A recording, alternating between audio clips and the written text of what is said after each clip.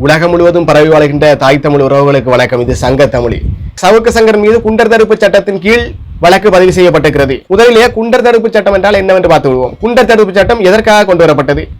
ஆற்று மணல் கொள்ளையடிப்பவர்களை, திருத்த முடியாத குற்றவாளிகளை, கடும் குற்றவியல் குற்ற பின்னணி கொண்ட கிரிமினல் பேக்ரவுண்ட்ல குற்றவாளிகளை இவர்கள் வெளியே இருக்க முடியாது, பொது அமைதிக்கு பங்கம் விளைவிப்பார்கள், மக்களுடைய பொது நலத்துக்கு பங்கம் விளைவிப்பார்கள், அதனால் வெளியே வைத்திருக்க முடியாது என்று சொல்லப்படுகின்ற குற்றவாளிகளை எல்லாம் தூக்கி ஒருவரிடம் உள்ளே போடுவதற்காக இந்த குண்டாசு கொண்டு வரப்பட்டது. கடுமையான போதைப்பொருள் வைத்திருப்பவர்கள், போதைப்பொருள் கடத்துபவர்கள், போதைப்பொருள் விற்பவர்கள், அவர்களை இந்த குண்டாசில் கைது செய்யலாம். இந்த குண்டாசில் உள்ள சிறப்பம்சமே பிணையில் வெளிவர முடியாது. கிட்டத்தட்ட ஒரு வருடம் அவர்கள் உள்ளே தான் இருக்க வேண்டும். பிணையில் வெளிவர முடியாதபடி கிட்டத்தட்ட ஒரு வருடம் உள்ளே போட்டு அடைத்து வைப்பதற்கு பேர் தான் இந்த குண்டாசி குண்டர் தடுப்பு சட்டம். தற்பொழுது திராவிட முன்னேற்ற கழக அரசாங்கம் திட்டமிட்டபடி இந்த குண்டாசி சட்டத்தை ஊடகவியலாளர் மீது போடுகின்றது. இதற்கு முதல் ஊடகவியலாளர் மீது யார் யார் மீதெல்லாம் போட்டிருக்கிறது என்று பார்த்தால், கிஷோர் கே சாமியின் மீது போட்டது. கிஷோர் கே சாமி ஊடக பொதுவெளியிலே விவாதிப்பவர், ஒரு சிறப்பு அழைப்பாளராக வருவர், ஒரு ஊடகவியலாளர்.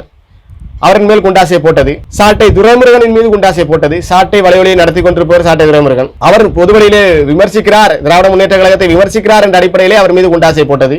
இப்படி ஊடகவியலாளர் மீதெல்லாம் தொடர்ச்சியாக குண்டாசுகளை போட்டு வந்ததுதான் திமுக.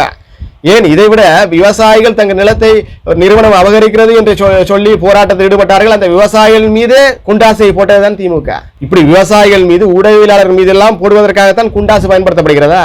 குண்டாசு எதற்காக கொண்டு வரப்பட்டது? ஆக கடுமையான குற்றவாளிகளை கைது செய்து சிறையில் வைப்பதற்காகத்தான் இந்த குண்டாசு கொண்டு வரப்பட்டது. அவர்கள் பிணையிலே வெளிவர முடியாதபடி ஒருவரிடம் உள்ளே வைத்திருக்க வேண்டும் என்று சொல்லி இந்த குண்டாசு சட்டத்தை கொண்டு வந்தார்கள். ஆனால் இந்த குண்டாசு சட்டத்தை இப்போது வைத்து தங்களுக்கு எதிராக யார் யாரெல்லாம் பேசுகிறார்களோ அவர்கள் மீது குண்டாசை போட்டு பிணையிலே வெளிவர முடியாதபடி ஒருவரிடம் அவரை உள்ளே வைத்து சிதைப்பதற்கான வேலையை திட்டமிட்டு திராவிட முன்னேற்ற கழக அரசாங்கம் செய்து கொண்டு வருகிறது. ஜனநாயகத்துடைய 4வது தூணாக கருதப்படுகின்ற ஊடகத்துறையை சவக்குழியில் போட்டு மூடுகின்ற வேலையை திராவிட முன்னேற்ற கழக அரசாங்கம் தொடங்கிவிட்டது. நிச்சயமாக இவர்கள் ஊடகத்துறையை தங்கள் கைக்குள்ளாக வைத்துக் கொள்ள பார்க்கிறார்கள்.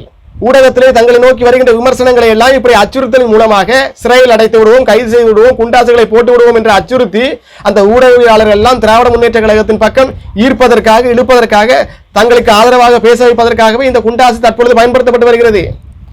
திட்டமிட்டு திராவிட முன்னேற்ற கழக அரசாங்கம் இதை செய்து கொண்டு வருகிறது. ஜனநாயகத்தினுடைய 3 தூண்களும் சரியாக இருக்க வேண்டும் என்றால் 4வது தூணாக கருதப்படுகின்ற ஊடகத்துறை சுதந்திரமாக, சுயாதீனமாக இயங்க வேண்டும். அது ஒரு சார்பாக இயங்கிவிட்டால் ஜனநாயகத்துடைய 3 தூண்களும் படுத்துவிடும். அப்படி இருக்கின்ற போது அது ஜனநாயகம் அங்கே நிலைக்காது, சர்வாதிகார போக்கு தான் அங்கே நிலைக்கும். அப்படி ஒரு சர்வாதிகார போக்குடன் திராவிட முன்னேற்ற கழகம் இயங்கிக் கொண்டு வருகிறதா என்று கேட்டால் நிச்சயமாக 100% சர்வாதிகார போக்கோடு தான் திராவிட முன்னேற்ற கழகம் இயங்கிக் கொண்டு வருகிறது.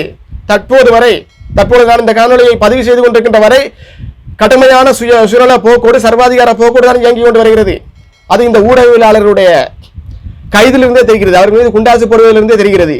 சவுக்கு சங்கர் ஊடக பொதுவெளியிலே அவதூறாக பேசினார். ஏடிஜிபி அருண் அவர்களையும் பெண் காவல் அதிகாரிகளையும் இணைத்து பேசினார், கொச்சையாக பேசினார், அவதூறாக பேசினார், தரக்குறைவாக பேசினார், இழிவாக பேசினார் என்றால் அவதூறு வழக்கிலே அவரை கைது செய்யலாம்.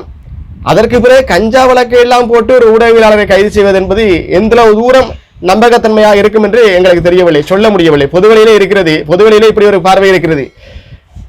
சவுக்கு சங்கர் முதலே சொல்லுகிறார், தான் கைது செய்ய திராவிட முன்னேற்ற கழக அரசாங்கத்தால் தான் எப்போதும் கைது செய்யப்படலாம் என்று ஒரு ஊகத்தை முன்வைக்கிறார் பொதுவெளியில. அப்படி இருக்கின்ற நபர், நான் எப்போதும் கைது வாங்கலாம் என்று தெரிந்து கொண்டிருக்கின்ற நபர் அவருடைய வீட்டிலே அவரிடத்திலே கஞ்சாவை எப்போதும் வைத்துக் கொண்டிருப்பாரா? கைது செய்ய போகிறார் என்று தெரிந்த ஒருவர் கஞ்சாவை வைத்துக் கொண்டிருப்பாரா? இதெல்லாம் நம்ப முடிகிறதா? அவரிடமிருந்து கஞ்சா எடுத்ததா சொல்லி கஞ்சா வழக்கை போட்டிருக்கிறார்கள். சவுக்கு சங்கரை கஞ்சா சங்கராக மாற்றி இருக்கிறார்கள். இவர்கள் இப்போது அதே அந்த கஞ்சாவை அடிப்படையாக கொண்டுதான் குண்டாசி இவர்கள் போட்டிருப்பார்கள். ஏனென்றால் ஊடகவியலாளர் மீது அவதூறு பரப்பினார் என்ற அடிப்படையிலே குண்டாசு போட முடியாது அல்லவா? குண்டாசு கஞ்சா வைத்திருந்தார் என்ற அடிப்படையிலே, கஞ்சா கடத்துகிறார் என்ற அடிப்படையிலே குண்டாசி போடலாம் அல்லவா? இப்படி திட்டமிட்ட வகையிலே சவுக்கு சங்கரை ஊத்தி மூடுவதற்கான வேலையை திராவிட முன்னேற்ற கழக அரசாங்கம் தொடங்கிவிட்டது. ஆச்சரியப்படுவதற்கு ஒன்றுமில்லை. சவுக்கு சங்கரை தொடுகின்ற போதே திராவிட முன்னேற்ற கழகம் நிச்சயமாக குண்டாசு வரை கொண்டு செல்லும் என்று பொதுவெளியிலே அனைவருக்குமே தெரியும், ஊடகவியலாளருக்கு அனைவருக்குமே தெரியும். அது என்றால் திராவிட முன்னேற்ற கழகத்தை கடுமையாக விமர்சித்தவர் சவுக்கு சங்கர். அது இனியில்லை என்ற அளவுக்கு, ஒரு தனி மனித எதிர்க்கட்சி என்று விமர்சிக்கின்ற அளவுக்கு, பொதுமக்களால் விமர்சிக்கின்ற அளவுக்கு அது போனது. திராவிட முன்னேற்ற கழகத்திற்கும் சவுக்கு சங்கருக்கும் இடையிலான அந்த மோதல் போனது. அப்படிப்பட்ட கடுமையான விமர்சனங்களை, அவதூறுகளை பொது ஊடகத்திலே, பொதுமக்கள் மத்தியிலே அள்ளி இறைத்தவர் தான் சவுக்கு சங்கர். சவுக்கு சங்கரை நாங்கள் ஒருபோதும் ஆதரிக்கவில்லை. இந்த அவதூறின் அடிப்படையில், இந்த அவதூறின் கீழே சவுக்கு சங்கரை ஒருபோதும் நாங்கள் ஆதரிக்கவில்லை. சவுக்கு சங்கர் பேசுகின்ற மண்டைக்கனமான பேச்சுகளோ, திமிர்த்தமான பேச்சுகளோ, தடித்த வார்த்தைகளோ யாராலும் ஒருபோதும் ஏற்றுக்கொள்ள முடியாது. சவுக்கு சங்கர் பேசியதெல்லாம் முற்றுமுழுதாக ஆதரித்து நாங்கள் நிற்கவே இல்லை. அதற்காக சவுக்கு சங்கர் அப்படி பேசிவிட்டார் என்றால் சவுக்கு சங்கரை அந்த வழக்கின் கீழே கைது செய்து சிறையில் அடைக்க வேண்டும். சவுக்கு சங்கர் அப்படி பேசிவிட்டார் என்ற காரணத்தை மையமாக வைத்துக் கொண்டு சவுக்கு சங்கரை முடக்கி விடலாம், அழித்து விடலாம் என்று சொல்லி அவருடைய ஊடகவியல் பாதை இருக்கிறது தானே, அதையே அழித்து விடலாம்.